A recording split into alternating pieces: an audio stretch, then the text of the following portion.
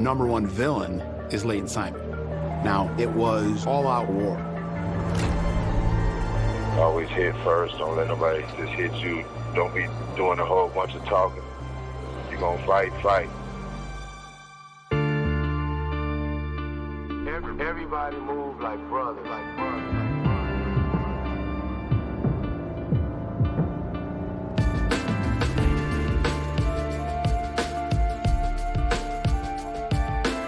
Everybody shining like new money.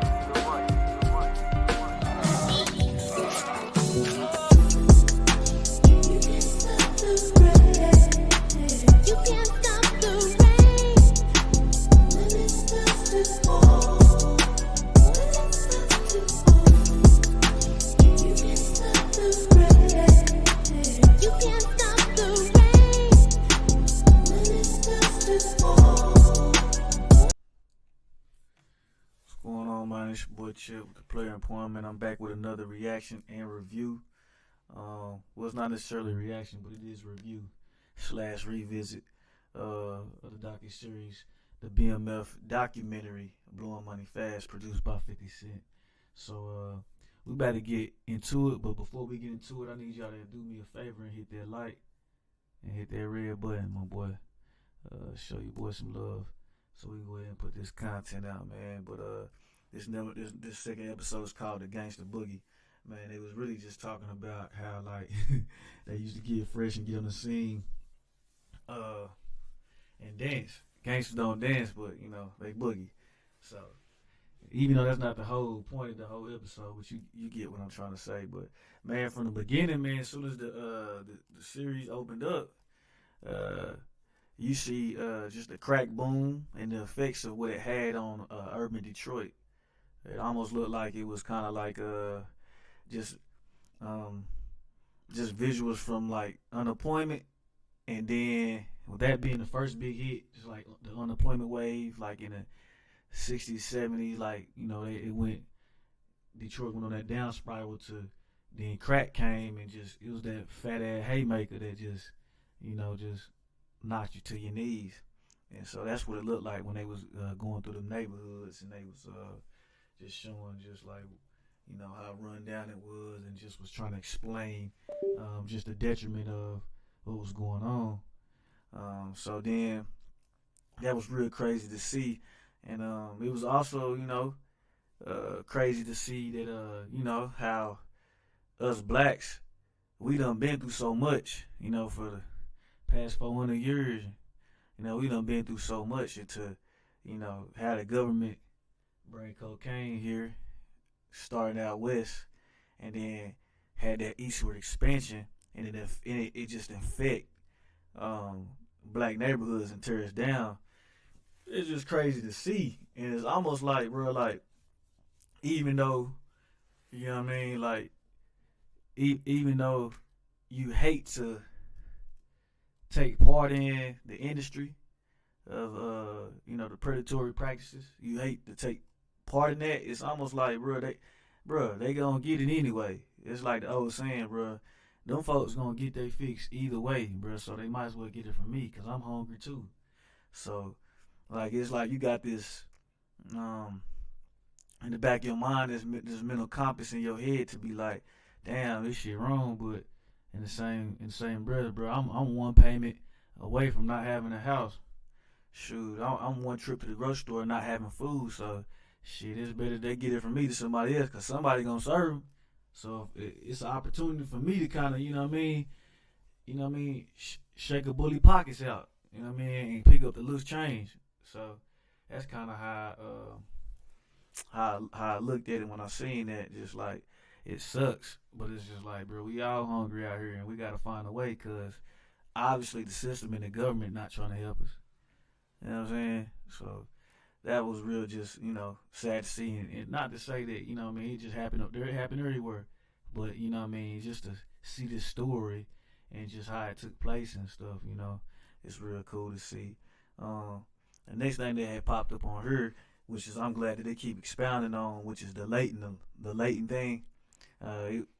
We kind of caught the tail end of it on episode 1, when they had really started introducing the Leighton, but now they kind of got just more in depth about the situation with him. Even in the show, like all season one, it was really about, you saw the growth.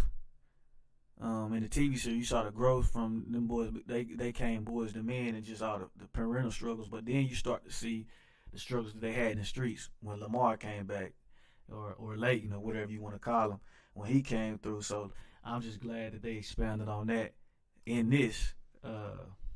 And then kind of kept it true. Like the TV series kind of kept it true to what we seen on here. Like I'm not sure if it was D Meeks.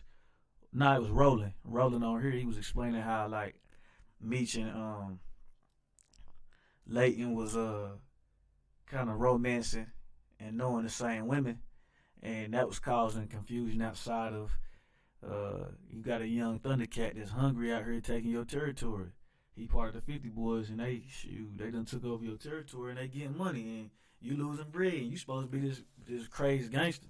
So you know what I'm saying, you got to make sort of a statement, and so it was cool to see that. And it's just like, you know what I'm saying, like I told you before, like, anytime you have any type of emotion, it's gonna be a hater or Fredo Corleone, you know what I'm saying, that's always plotting on you, or just, you know what I'm saying, just there to goddamn, yeah, try to take your spot or take you out. You know what I mean? And it just shows here that, like, it don't matter if you confrontational or not, bro. Like, sometimes you just gotta tighten nigga ass up. It's just what it is, like, because a lot of times, as we seen in this show and on this docuseries, shit will get out of hand so quick that you can lose touch with it. You can lose grasp, and it can spiral out of control. Like, one thing about the game, bro, is the game gonna teach you one thing: you can't be too much of one thing and too much of another. You gotta be right down the middle, even keeled, bro. It's just what it is. You can't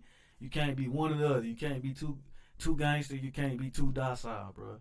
You gotta have a leadership style that kind of match all of them, because if you don't, you know what I mean, you gonna get swallowed up in this shit, and you're not gonna make it alive. Because if you choose the game, bro, like, as we all know, bro, if you choose the game, then you're going to have to be able to adapt and make adjustments. And I think if you're not balanced and willing to go to a place where most won't go, bro, the game going to take you out. And I think that's where Meech slacked up on Leighton. You know what I mean? Being also, too, Meech was a young dude. He was new to the game. And still, and yet, like they stated throughout this whole docu-shit, bro, he wasn't a gangster. He was just a hustler, bro. So, not to say that he was a bitch. Exactly what they say, he wasn't a bitch, but it's like he wasn't on that shit. Strictly here to get money, but sometimes niggas will bring that shit out in you.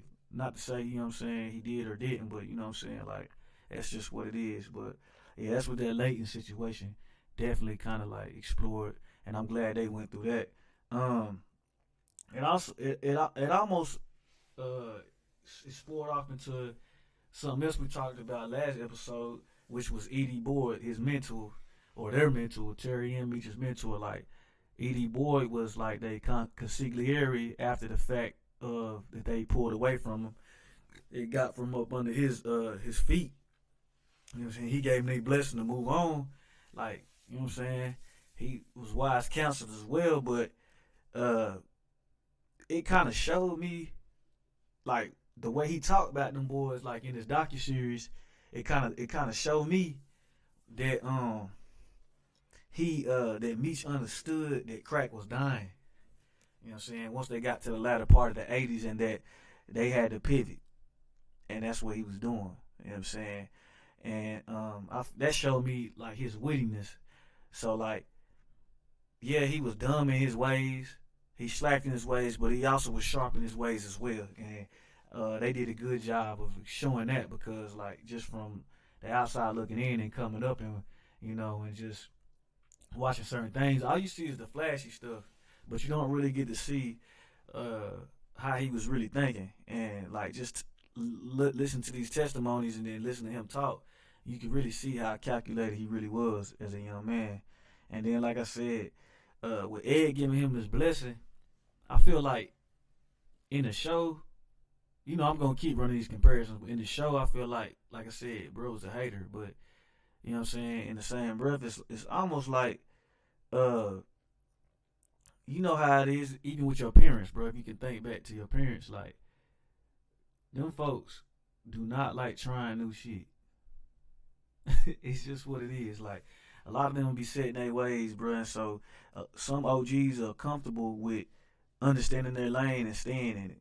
You know what I'm saying? Sometimes it's safer, sometimes it's not. Sometimes it could be to your detriment if you stay in the same spot in the same motion. So sometimes it could be good, sometimes it won't.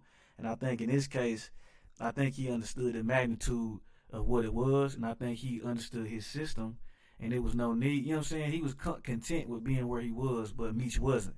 And so he definitely had to give him that blessing, bro. You can't stand in a young nigga way that want more. You know what I'm saying? When you see a young nigga that's full of vinegar, you know what I'm saying, and you done gave him the blueprint, you can't stand in his way. If that's the case, bro, you's a hater. You know what I'm saying? And you selfish. And I feel like that it was cool that he was on that. You know what I'm saying? That he was that type of guy that like get out dude way and let them, you know what I mean, let them boys level up to what they needed to do, because essentially you brought them boys up to step into that arena. So that's cool. Uh, but at this point, when I was watching it, I was already understanding as the transition was going on. As Edie Boyd was talking, this was the beginning of the train being built, the BMF train. Like this is they putting the gears on this motherfucker for really this bitch to run off the tracks, like really full steam, like chewing like a mug. And I feel like at this point was when that's when all that was starting to take place. Like, yeah, you could just really see the beginning stages of what this monster was gonna turn out to be. Um, so for sure. And I was also waiting on the next part when they start to elaborate on the two different types of personalities of Terry and Meech. You know what I'm saying? Even D Meeks and Roland. You know what I'm saying? You see them all, but really the two pivotal players in this conversation in this docuseries is about Meech and Terry. And I think that I've been really waiting to see how they was gonna talk about this, because they refrained on really talking about really they touched on it briefly, but they didn't really get to it. But I like to speak on this as well, because a lot of times, man, when you messing with whether it's drugs or just whatever, something that you're not supposed to be doing, bro, it's a code of conduct that you have to carry. How you supposed to carry yourself, man? You ain't supposed to be, if you watch the mob movies and TV shows and read the books or just watch, all types of stuff, you see they carry themselves in a uniform manner is to be covert and undetected, because shit, you want to get a piece of the pie, not all of it. You take all of it, then you start to alert the person who made the pie, and then it's trouble. You know what I'm saying? So, like, that's one thing that I seen when it came to these personalities. You got the party animal, which is Meech. You know what I'm saying? You can tell just how he is. And then you got the low student, the student that's low, calculated. He trying to get his money, stay out the way. He might put this shit on a little bit, but you know what I'm saying, he didn't really want too much attention. He's trying to get to that bread and handle his business, which I think we all in a way got a piece of both in us.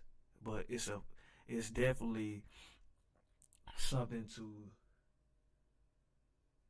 some people gotta definitely it gotta be born with them to be that way, and then some people they gotta learn it over time.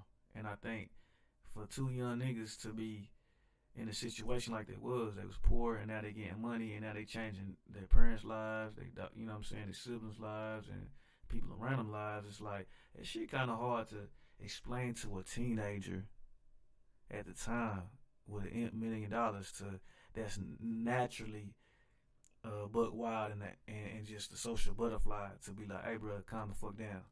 You know what I'm saying? But in this game, bro, you stepped into the game and you got mentors.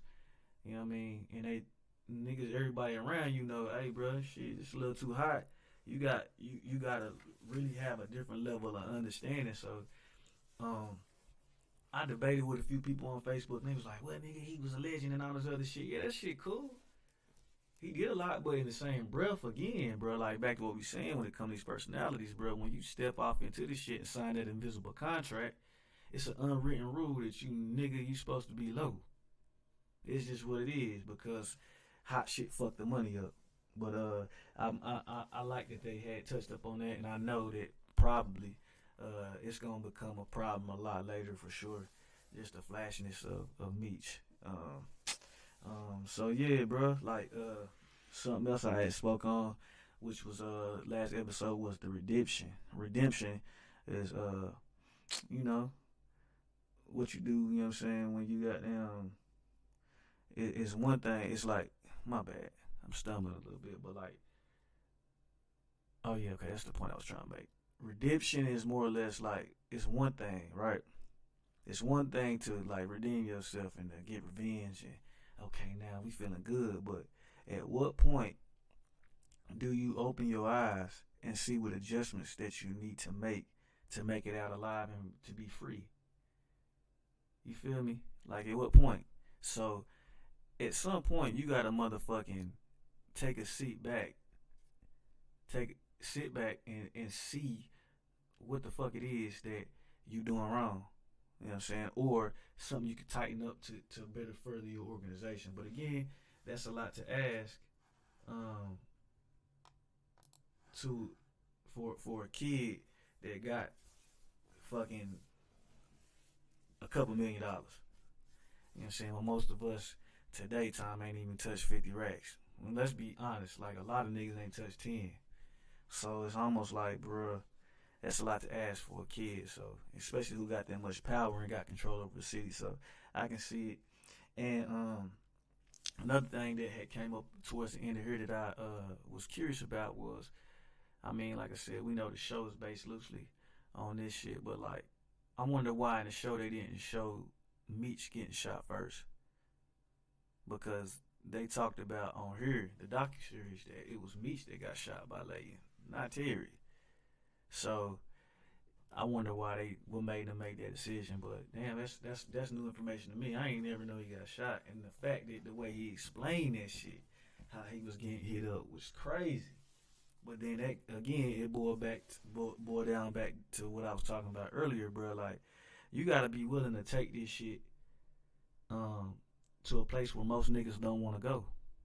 And I feel like with him being too relaxed and comfortable in the lane he is, I don't think he really understood the magnitude of the shit that was going on with Leighton. Leighton knew, you know what I'm saying, but I don't think Meech really knew, you know what I'm saying, because that nigga was getting bread. He was satisfied, but again, this shit come with more than one thing. But I am curious on why they didn't show that shit. And the final thing, and I'm gonna wrap this up, is I think that when Meech left Detroit, it was definitely again something playing on his sharp instincts, his smart side, and not just being impulsive. I felt like again it was calculated, because to me, just how I look at shit, Detroit is too small to be doing the shit that they doing. Like the level that them niggas was on, like it's too small, bro. Like for you to be on that type of level, you still can supply niggas, but with you being in the city like that and you the main man, you got a target on your back by two types of niggas. You know what I'm saying? The street niggas and then the police niggas. So like for me, I think that if you handling it like that and you get into it, you need to move. Should have been left. You know what I'm saying? Because again, the city too small. It's too small of an ecosystem to survive. You got too many haters, and then like I said, you got the feds and haters. Period. So just advice to niggas, like if you listen to this shit and you on that type of time, bro, like you gotta put space between you and whatever it is you got your hands on. Take that how you want to, but it's all about adding extra padded layer of insulation to protect you, and I feel like that's what he was doing. But that's all I got on this one. The Gangsta Boogie episode 2, it was smooth. You know, I enjoyed it. You know what I'm saying? I'm enjoying this because, like, again, I like stuff like this TV series that I'm doing on my YouTube channel. I'm going to do more. It's not going to be the only one I'm doing, but I'm starting out for this one. A lot of the shows that I do want to do, I've already seen, and I'm trying to debate on if I want to start from season 1, doing every like episode from season 1 on up, or just start where I'm at right now, because it's a lot of episodes. But then I know y'all probably want to hear my thought on those episodes, even though we've already seen them shits. I don't know. I'm still trying to decide. But if y'all in the comments, man, y'all hop in the comments when it comes to power, snowfall, and etc. Just give me your thoughts on what I should do. Should I start from season 1, episode 1, or just pick up where it pick up at on when it drop? Because, like, again, I done seen all this shit. But nonetheless, man, it's your boy Chip with the Player and Poem. You know what I'm saying? I appreciate y'all for stopping through. If y'all ain't done so, hit that red button, show me some love. And I'm out this thing. Y'all stay smooth and keep it P.